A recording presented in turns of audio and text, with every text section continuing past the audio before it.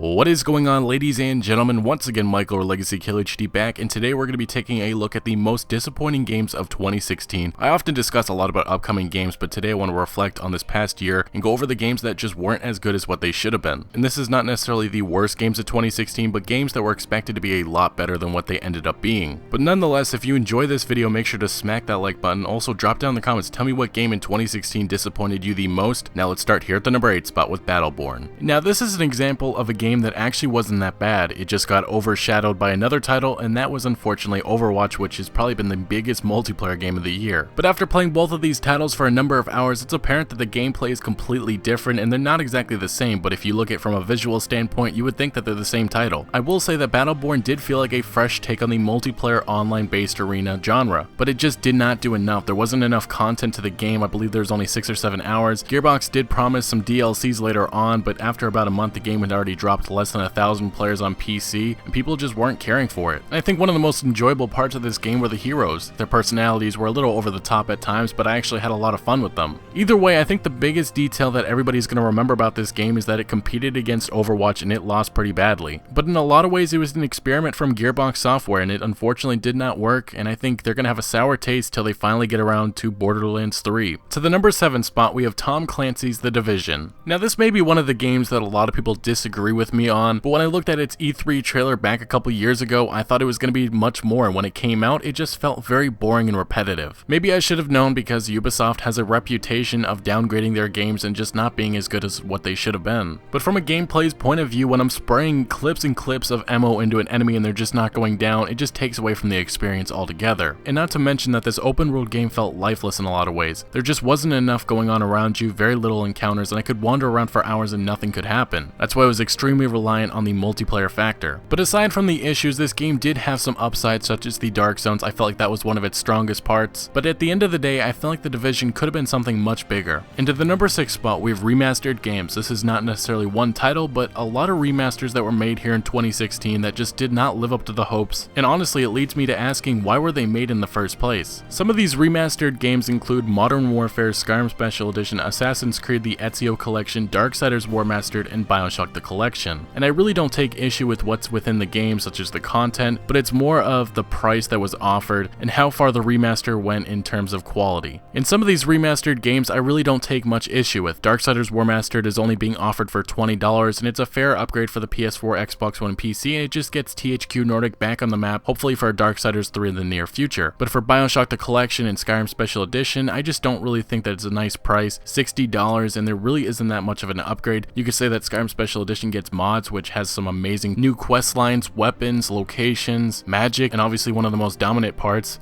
adult content.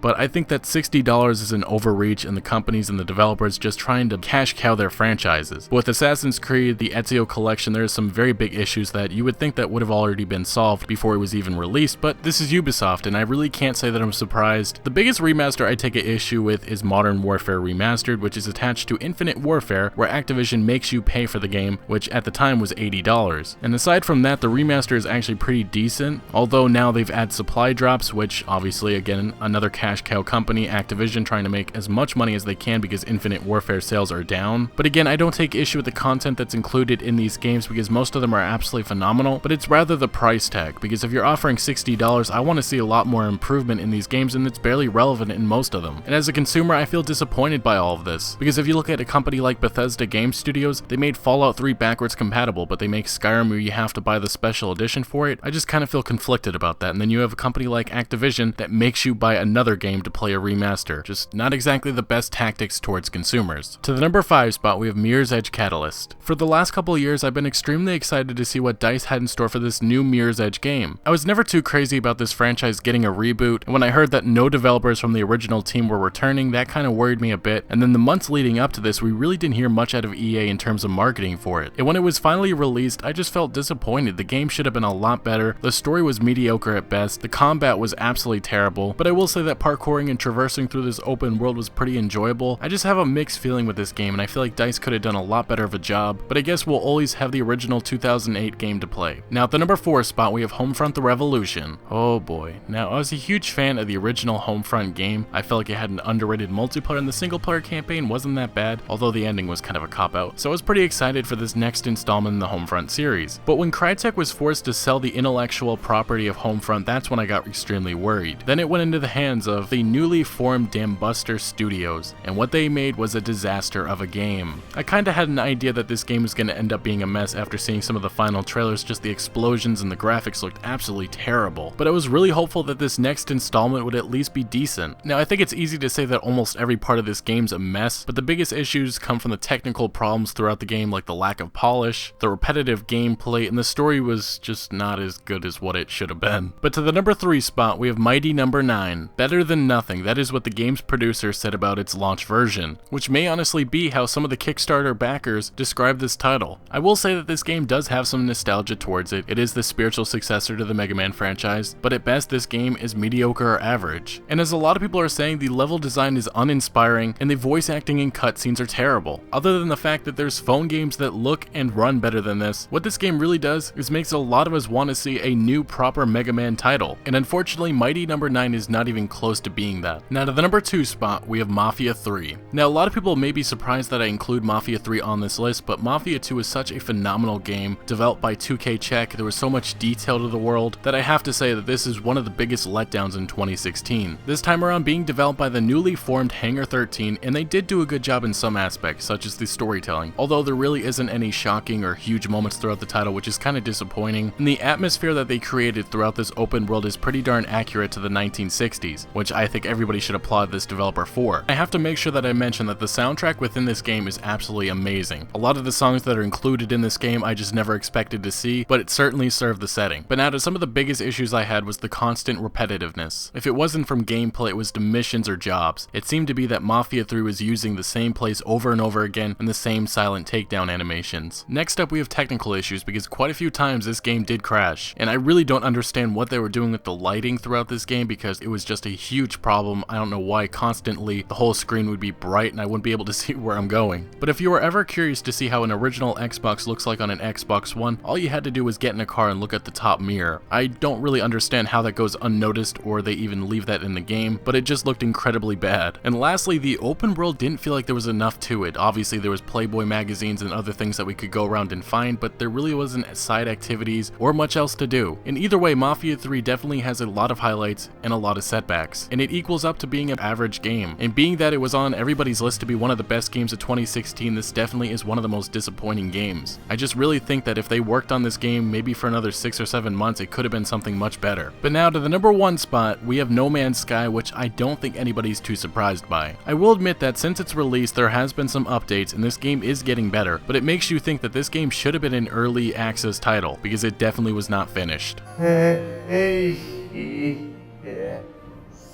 And Sean Murray did a horrible job advertising this game because he made it out to be something that it wasn't. Will you be able to play with your friends? Yeah.